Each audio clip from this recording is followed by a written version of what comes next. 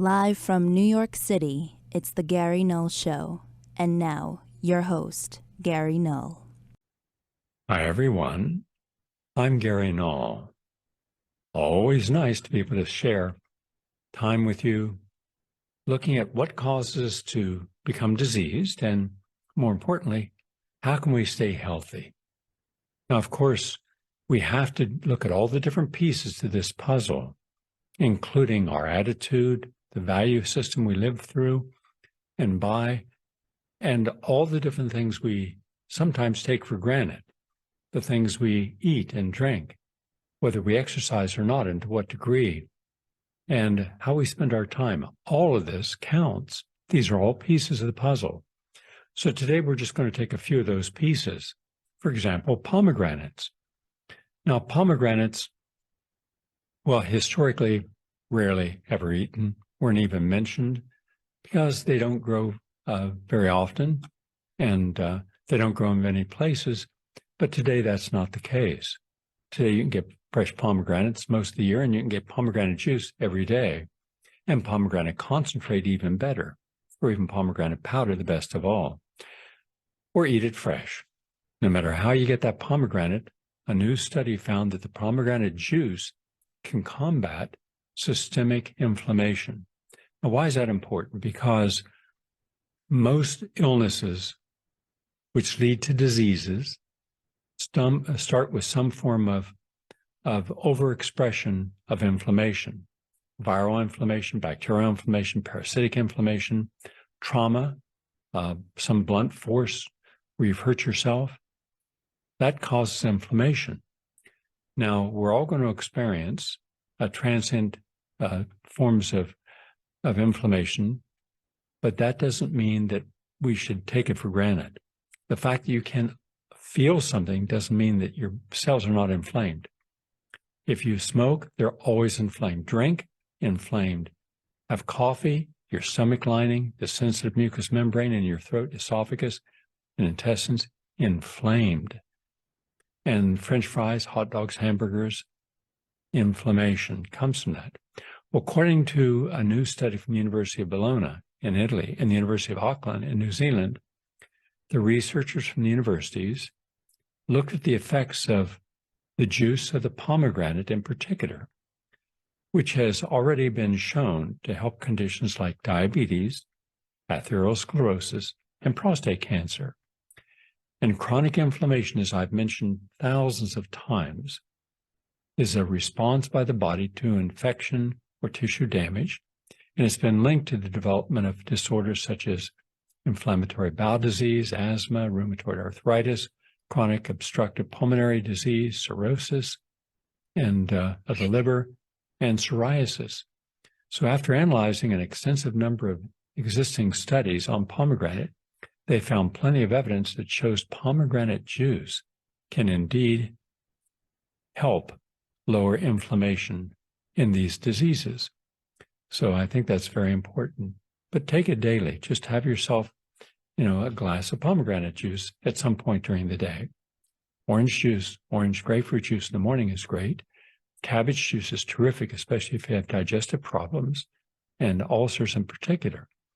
And the berry juices are terrific for dementia and for helping to clean up the intestine.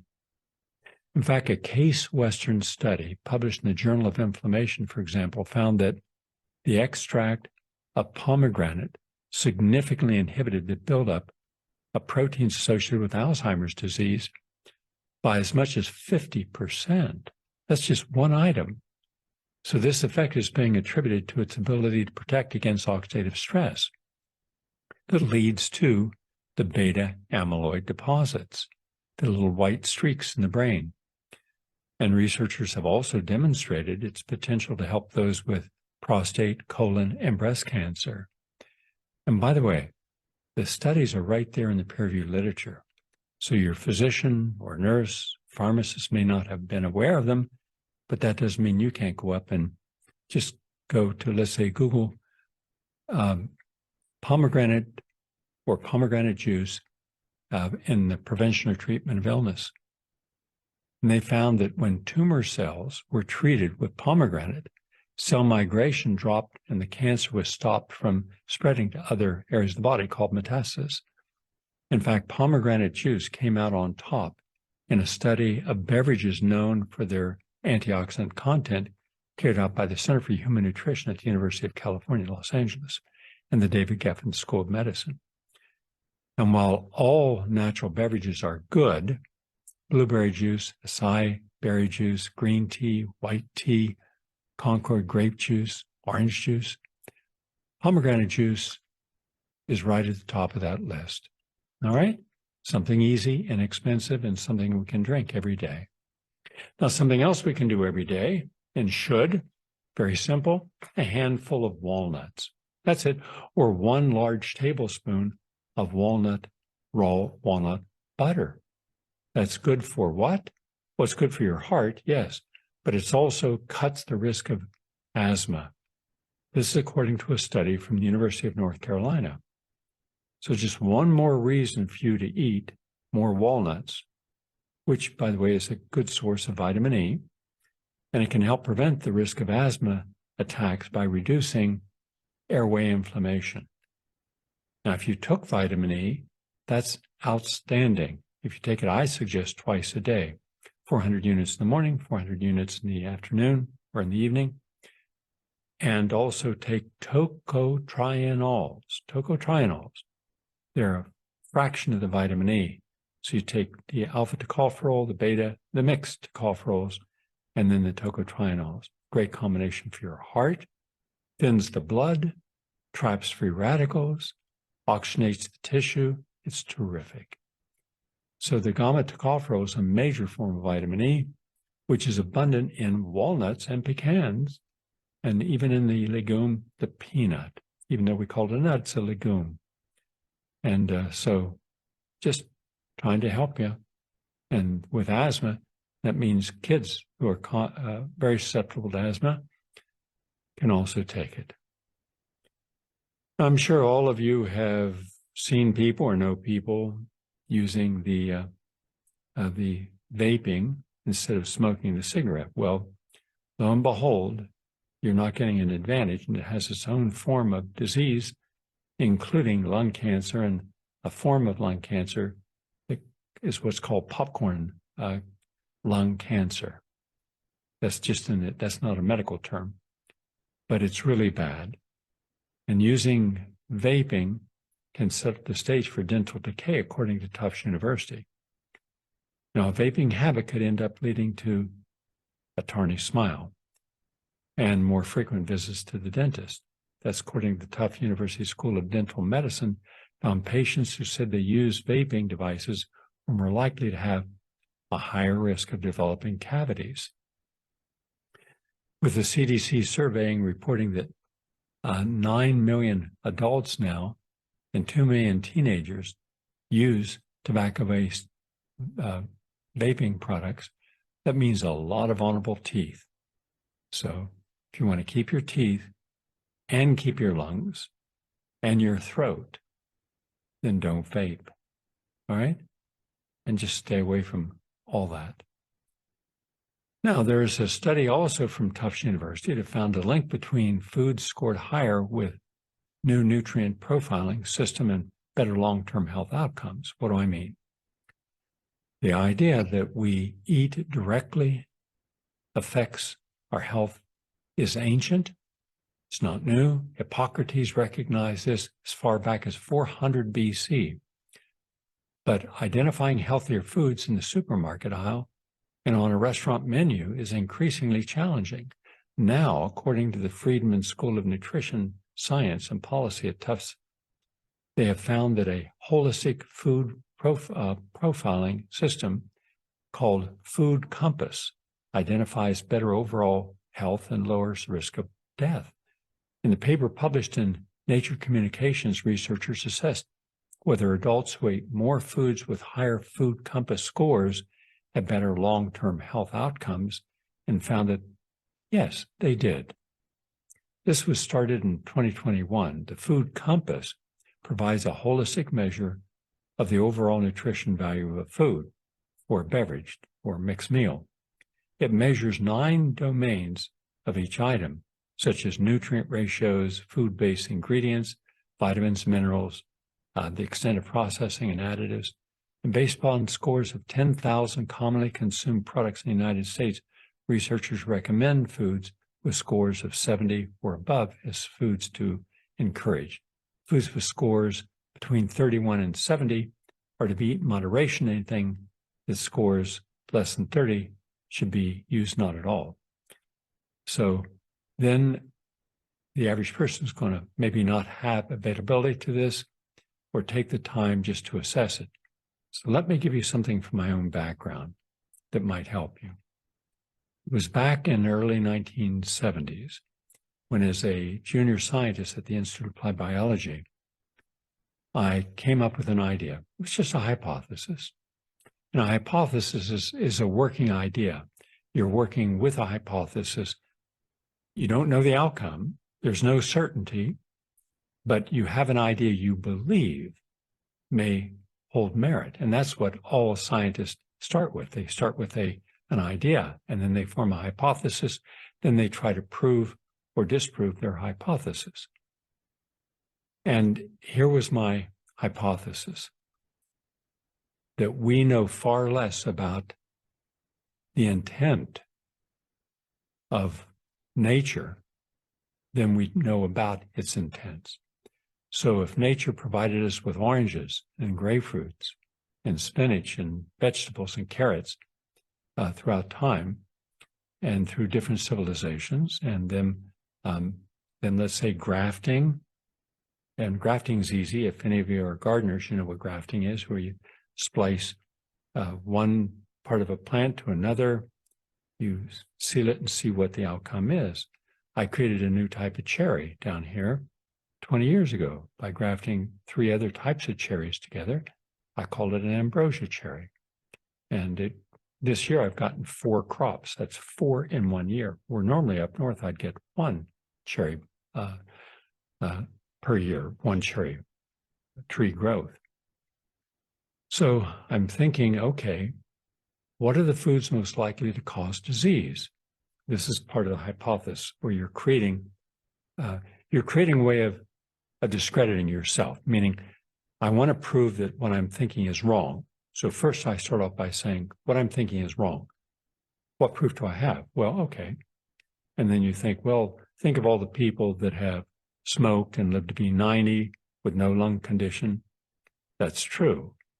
But then I counterbalance that with this thought and think of how many millions died trying. And think how many people ate a lot of hamburgers and drank alcohol and didn't end up with cirrhosis of liver or heart attack. Yeah. And think of a nation with tens of millions of people who tried that and have high blood pressure, heart disease, or have died because of it.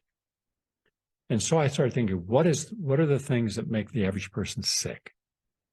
Okay, and then I looked specifically at the diet, and I began to see we're eating too many empty calorie foods. We're eating too many processed foods. We process the life out of a food. It's denatured and denuded of its nutrient value and fibers, vitamins. And then we eat too much of it. Even if it's healthy, we can eat too much of a food. So then, what then would be the list of foods that are high in their natural healing capacity?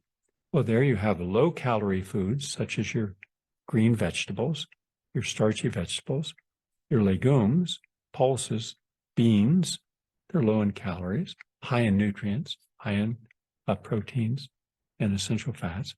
Nuts, which are higher in calories, but they're healthy calories and healthy fats. So over a period of about 6 months, I began then to test the different foods to see what impact they would have on a group of people that I was working with, over 100, plus laboratory rats. Downstairs, where they were doing all the cancer research, and the rats would live a particular length of time, and I had the same rats, but I was feeding mine living foods. So I came up with the concept of a living food is a food that has all of its nutrients. Now, you may process it in some way. You may lightly heat it, cook it, like making a tomato sauce, etc. But it wasn't the deep fried, heavy grilled, barbecued, overcooked foods, which in themselves create what we now know are two cancer-causing agents. And if you overcook or overheat a carbohydrate, it's like making a pretzel or potato chips or French fry. You have acrylamides. The browning is the acrylamide. But if you overcook meat at a high temperature, you end up with heterocyclic amines. These are known cancer-causing agents. You put the two together, you got a sandwich, right? You got a hamburger, a hot dog, you got the bun, carbohydrate, you got the meat. The two together give you two different known cancer-causing agents, all pro-inflammatory.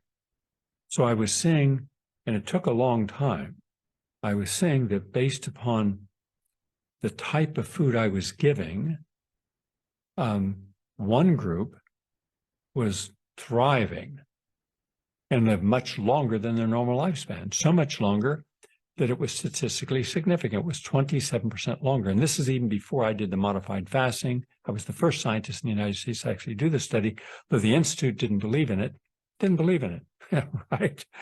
I had proved something and they said, well, it's not important. You mean extending a person's lifespan by modified fasting is not important? But these guys all smoked and drank and they were brilliant scientists, but they had no knowledge of nutrition at all or health. And they were not open to anything I had to say. So anyhow, so Dr. Roy Warford, a brilliant man, and got all the credit 7 years after I did my work and showed that modified fasting extends the lifespan. But anyhow, here I had this whole new way of doing this. And then I wanted to know, okay, now I got a hypothesis and I'm seeing that it's working. Now let me take it to another level. And then I started to measure the actual energy in foods. And if you had foods that were 8, 9, and 10, those were the healing foods.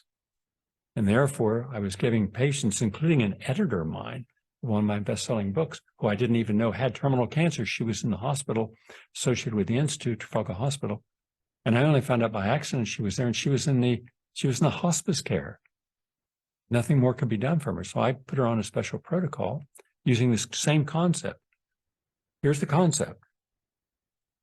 Only give to a person who is lacking homeostasis or balance, where they're diseasing, where the disease is advanced, only give them what is healing energy. And therefore, the juices were the highest healing energy because I could give them a lot of salads, and those were 8 and 9s. But if I gave them the juice from the salads and the sprouts, suddenly it was a 10 plus. So that's why giving juices when a person's very sick is frequently going to exceed far more than what they could just eat. And hence it registers higher on the healing scale. And lo and behold, over a period of 6 months, was able to reverse her cancer. And she left that hospital cancer-free. And the director of the hospital and the director of the Institute had a meeting with me and say, what happened here? And then I took them step by step through all the things that they, sitting at the monthly meetings, chose not to pay attention to. That it's the simple things of life, the simple, small acts of life that we do every day without even thinking that can end up causing either positive or negative impact upon your cells. You're either inflaming the cells with oxidative stress, or you're healing the cells and protecting them and stimulating your immune response in the process. So that went from a hypothesis to a proven fact. And it took 12 years, but I finally got that article published. And but it taught me what I needed to know that was completely different than what was going on throughout the world about the scale of what you should put in your body every day. So what if you put 8, 9, and 10 in your body every day, not just because you were sick? Well, it's relatively simple. You have with the juices, there's your high concentration of antioxidants, phytonutrients, chlorophyll, and depending upon which juices you're using, but then you have your beans, legumes, your whole grains, your nuts, your seeds, your plant-based oils, and your starchy vegetables, all the fruits you can put in. Now you have 8, 9, and 10. Well, guess what the outcome's going to be? At least from a nutritional point of view, your cells are going to live longer. Your telomeres are going to be longer. You're going to have less disease because you have less oxidative stress, and you're turning off the inflammation that oxidative stress creates, hence lowering your free radicals.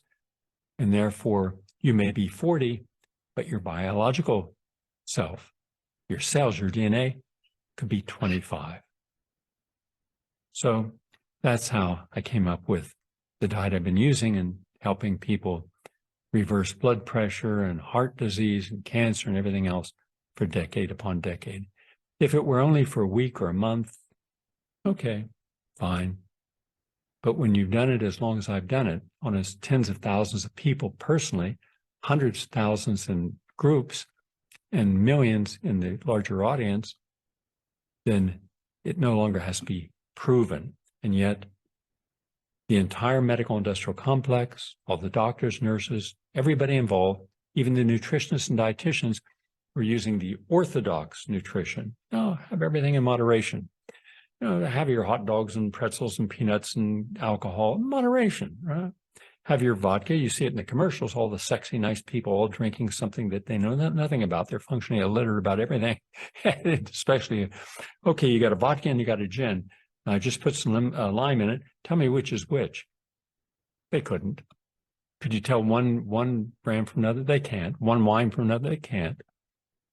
But they all want to act like they're special.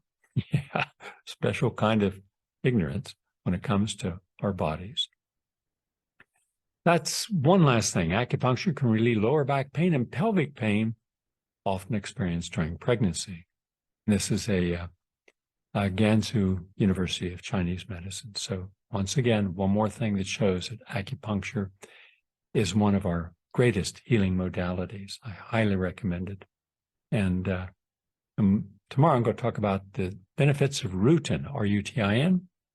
But that's it for today.